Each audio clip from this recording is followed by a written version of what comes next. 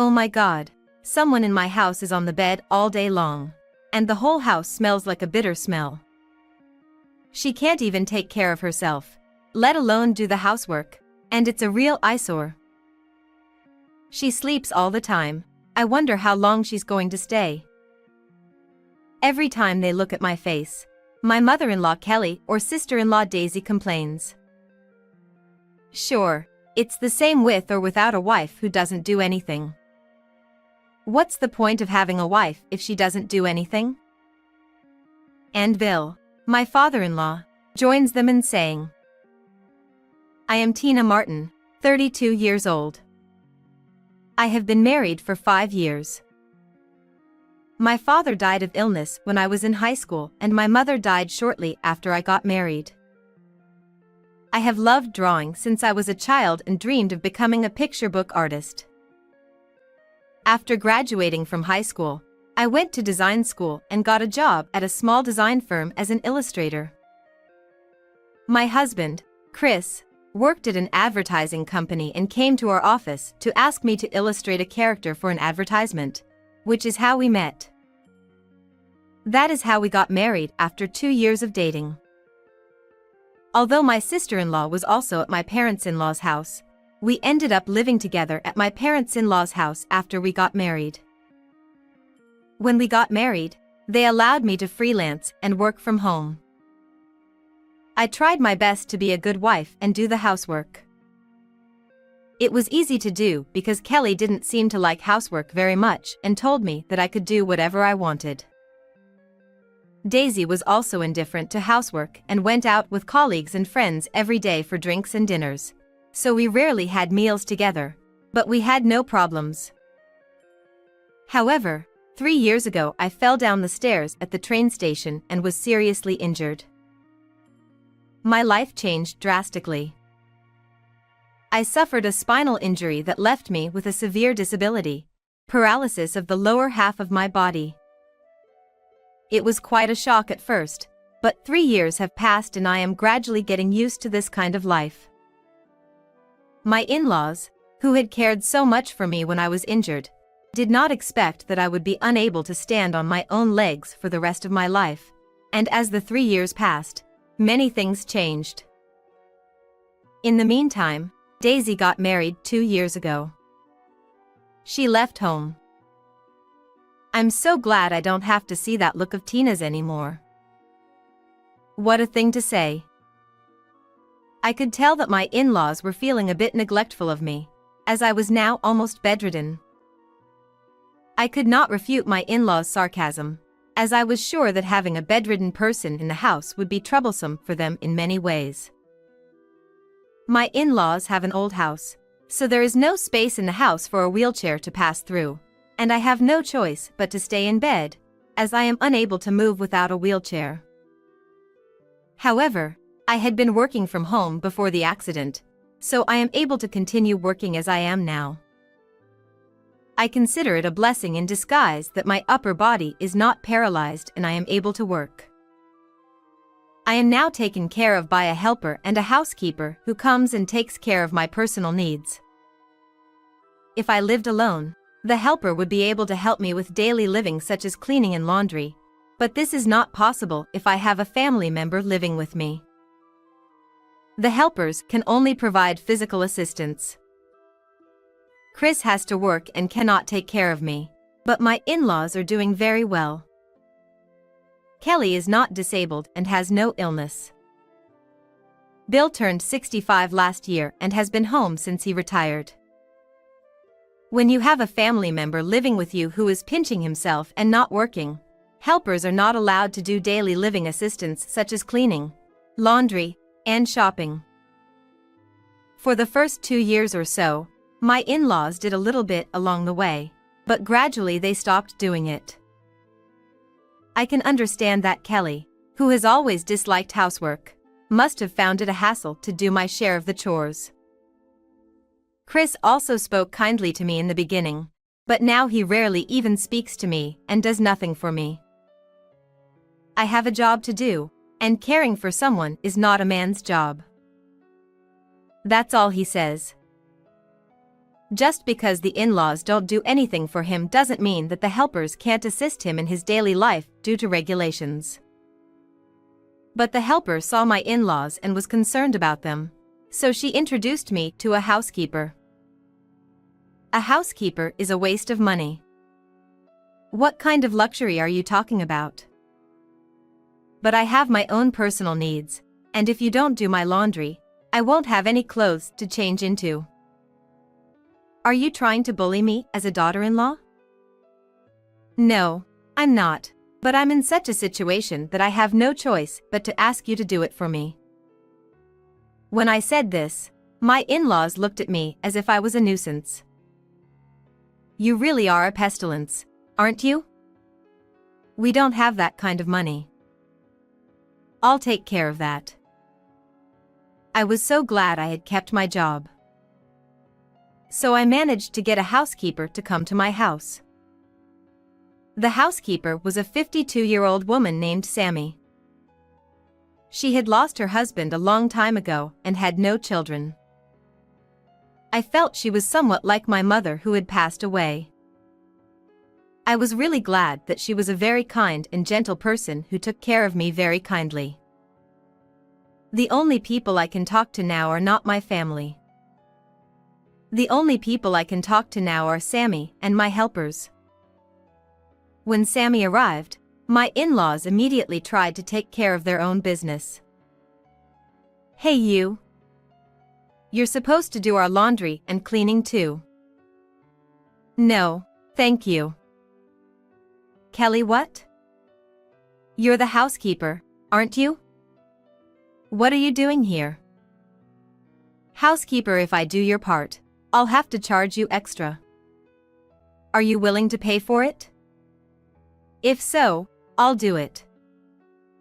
What the hell is wrong with you, you sassy housekeeper? They had an argument, but I felt a little better when she said no. One day, after about a year of living like that, Daisy came home divorced. She said it was because her husband cheated on her.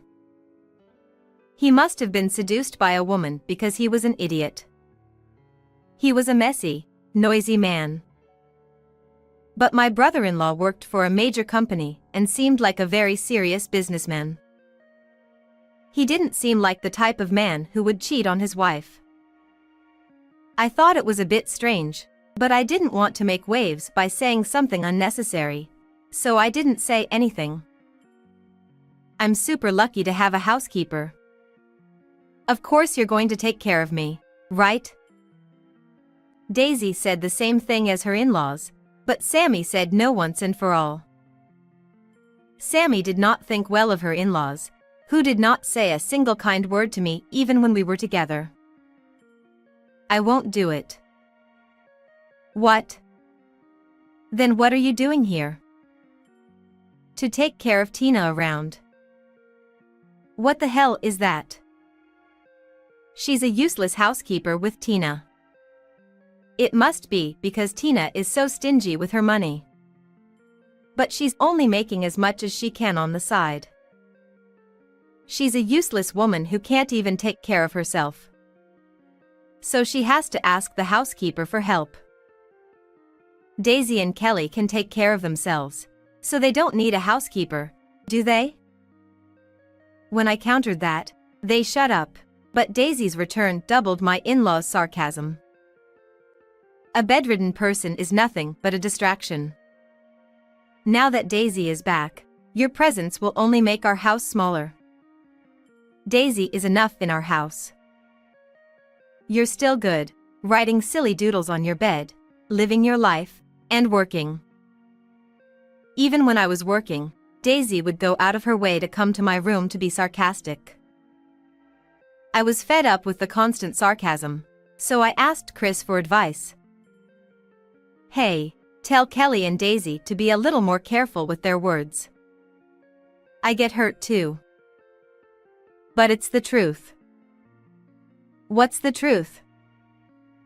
You can't even do your chores, you're just lying on the bed all day. I'm not sleeping, you're working. That's on the bed too, isn't it? It's an easy job. You don't get tired from commuting to work like I do. That's true. I'm trying my best to be useful to everyone. My mom and dad get frustrated because you can't do anything for them even though you're my wife. It's no wonder they think you are a useless wife. Do you really think so? Well, don't be nervous and just deal with it. You can't survive if you worry about every little thing. He just said that, but he didn't seem to be very accommodating. It's not that I don't feel inconvenienced by this situation, but it's just so frustrating to know that he doesn't care about my feelings at all. If I were able-bodied, if I could walk normally, if I could move normally, not a day goes by that I don't think of those things. I wish he could have at least understood how painful and sad that would be. Is it selfish and extravagant of me to think so? When I think about it, I cry even though I try not to cry. I am in an accident and my body is like this, but I still try to look forward and do my best. I will not be defeated by this. There are many people in the world who are suffering even worse. I have been trying to push myself to do my best. I feel sad that I don't have parents I can rely on at a time like this, but I am also glad that I didn't let them see me as I am now. But when I think that there is no one left in this house to stand by me, I feel more and more miserable. But I don't have a home to go back to. I wonder if it would be possible for me to leave this house with Chris at least. While I was thinking about this, he said something even more shocking to me. I've been thinking about what you said. When he started off like this, for a moment I was happy that he was thinking about my body. But the next words threw me into hell. I knew they were right. What do you mean? I think I should get a younger and healthier wife than you. What? I want to have an heir, don't I? But, you know, with you I'm already. How should I say it? You know, I can't do everything with you. I felt as if someone had hit me on the head with a stick or something. I couldn't believe that my own husband would say this to me. I realized that I could no longer expect anything from him. He said a lot of things after that, but nothing was going through my head anymore. The only thing I understood was that he wanted a divorce. You're useless, you're like a piece of trash. You may be paying for a housekeeper, but you don't make much money anyway, so how much money do you have left after paying for a housekeeper? You are just a burden to our family. You're like a parasite that hangs around our house. That's right. Even helpers don't work for free. If you're such a parasite that you have to pay for helpers, get the hell out of my house. After being told this by both Chris and my in-laws, I felt there was no point in staying here any longer. Even if I didn't have a home to go back to, I would just have to find a new place to live. That's what I thought to myself. Then I would move out. I asked Sammy to help me find a new place to live. Sammy was more than willing to help, and now all the paperwork is conveniently done online. After all the formalities were done, I presented Chris with the completed divorce papers. I see. You've finally made up your mind. But don't hate me. Hate yourself for having a body like that. I understand. But are you sure you want to do this? I'll leave. Of course it's okay. I'll find a more suitable woman for me. People say I'll find a better wife. Are you sure you can handle life? Don't worry about that. My father's retirement money is still there, and I heard that he got a lot of money for Daisy's affair. I don't have to worry about money for the time being. So I don't have to depend on you anymore. Oh, yeah. Do what you want then. I left my parents-in-law's house without mentioning it, although I thought he seemed to be blind to reality. And there was a good thing, too. If I lived alone and didn't have family help, a helper would also help me with daily living. They do the cleaning, laundry, shopping, and so on. I was really grateful for that. But I still have Sammy come over as usual. Sammy actually worked for a major company before she got married, and she is very skilled with computers and such.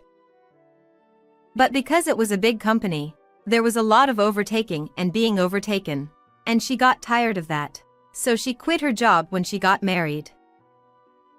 That was 20 years ago. Sammy laughed when she said that, but I wondered a little if it was from that kind of career that she was able to take a firm stand against my in-laws.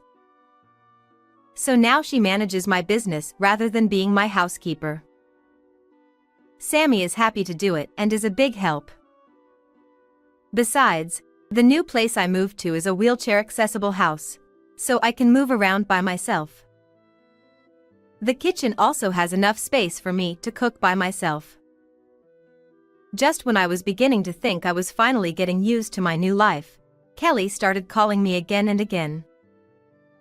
But I had nothing more to say to her. I ignored them and left those calls alone. Partly because Sammy was cooperating, and partly because I was making much more progress and had more work to do than working in the midst of my stepfamily's sarcasm, and I didn't have time to deal with Kelly. A year has passed. I still hear from Kelly, though not as often as before. I decided that my life had settled down and it was time to kick it off, so I picked up the phone and answered. Hello? Finally. Hey you, why haven't you answered the phone all these years? I was worried that something might have happened to you. She suddenly spoke to me in a cat-like voice. I had never even heard her say she was worried about me when we lived together. I guessed that she probably found out the truth and contacted me out of distress. I wondered what kind of life she had been leading for the past year. Thank you for your concern. But please don't worry about me, I'm doing quite well and in good health. Oh, well, that's good to hear. By the way. What is it? Well, do you still want to live with us like before?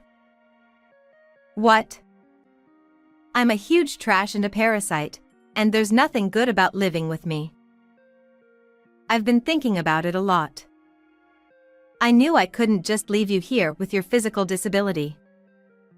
We will take good care of you from now on, so you don't have to worry anymore. No worries.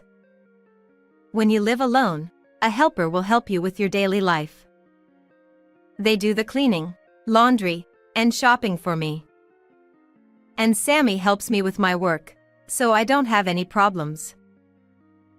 Well, about that job, is it true that you were making more money than Chris? Yes, that's true. But I guess he was disappointed when we got divorced. Chris said you had a monthly income of almost $15,000. My income was used to pay for my in-laws' living expenses. I was fortunate that my income had increased, although my own disability, combined with my in-laws' help in the beginning, and Chris's company's poor performance and declining salary. So I offered Chris that. He, at first, said he was sorry and all that. He also said that if I told my in-laws that my salary had dropped, they would be worried, so he asked me not to tell them anything about it. But after almost 3 years of living this way, he seemed to lose awareness of the fact that I was paying his bills. I thought he should have put his own salary aside when we got divorced, but I didn't dare mention it. Besides, I knew that Daisy's divorce was not over her husband's infidelity, but Daisy's own. My brother-in-law had contacted me. I was also told that Daisy had taken my brother-in-law's money without his permission. Daisy had said that she had received the money as alimony. My brother-in-law said that of course he would get the money he took out back exactly as he took it, and that he would also charge her alimony. I decided to get a divorce before my in-laws found out about it.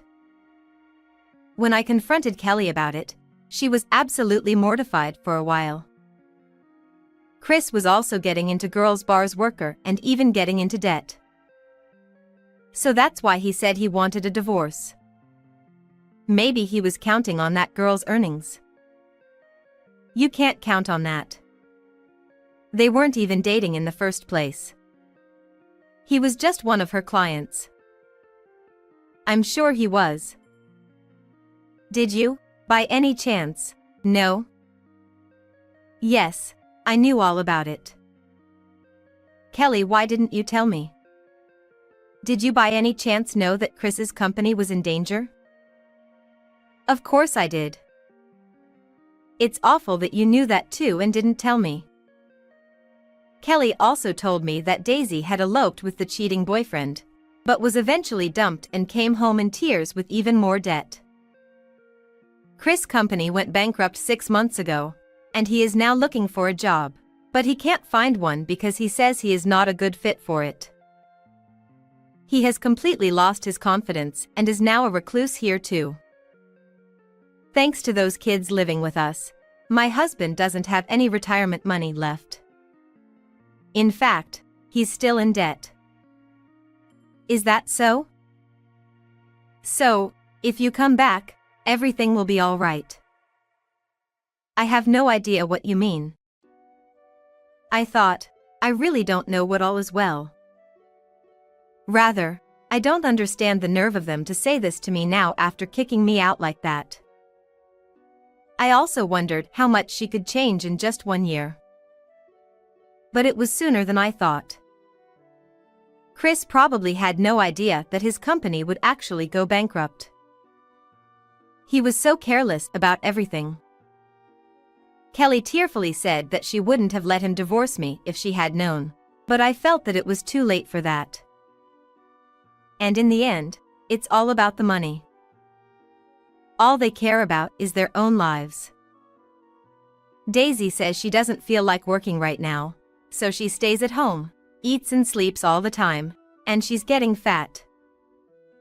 Oh, that's the thing. We even sold the house to settle the kids' debts. The in-laws' house was very old, and it was not worth much as a building, and the location was very bad, so they had to deduct the cost of clearing the land and so on, so they didn't get much money for it. Now the family of 4 is living in a cheap apartment with only 1 room, and they are forced to live a very hard life. Kelly cried on the other end of the phone, saying that they were also exhausted from working part-time jobs from morning to night every day. The reason this is happening is because you haven't returned my calls for so long. At least if I had gotten in touch with you before we sold the house. What do you say happened? Of course you would have helped us if you knew we were selling the house. You lived in that house too, so you must have some attachment to it, right? Not at all, though. What? I can only wonder how much convenience I had in mind. I was really glad I didn't answer the phone. Well, if I had answered, there was no way I would have gone along with such a conversation. Oh, so Chris and Daisy are both firmly parasitic on you guys. So please, come back. You're the only one I can count on in a situation like this. No, I'm a stranger. I don't need you to depend on me. Don't say that. We're sorry for what we've done. I apologize. That's right. With your money, let's build a barrier-free house for everyone to live in and get along. I don't understand how she could say such a thing at all. I even have a headache already. I decided it was time to give them an ultimatum and call it a day. No, thank you. Oh, but I picked up your phone today because I wanted to let you know something. What news? I'm going to charge all of you alimony. What? Why should we pay alimony? Besides, even Chris didn't cheat on you. He wasn't even with the girl at the girls' bar. It's not alimony for cheating. It's a fee for the emotional distress caused by the verbal abuse we received from you guys. What?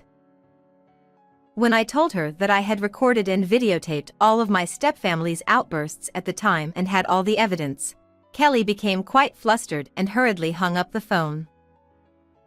I wondered if she thought she would still demand something from me if I talked any further.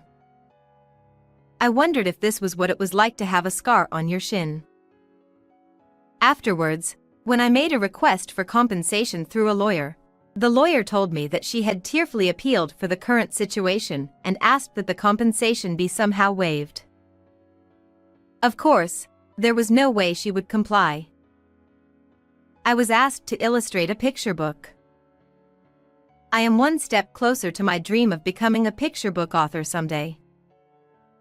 Many things have happened, but I will continue to live my life positively and without taking myself too seriously. What did you think of this story? Please subscribe to our channel. See you in the next video.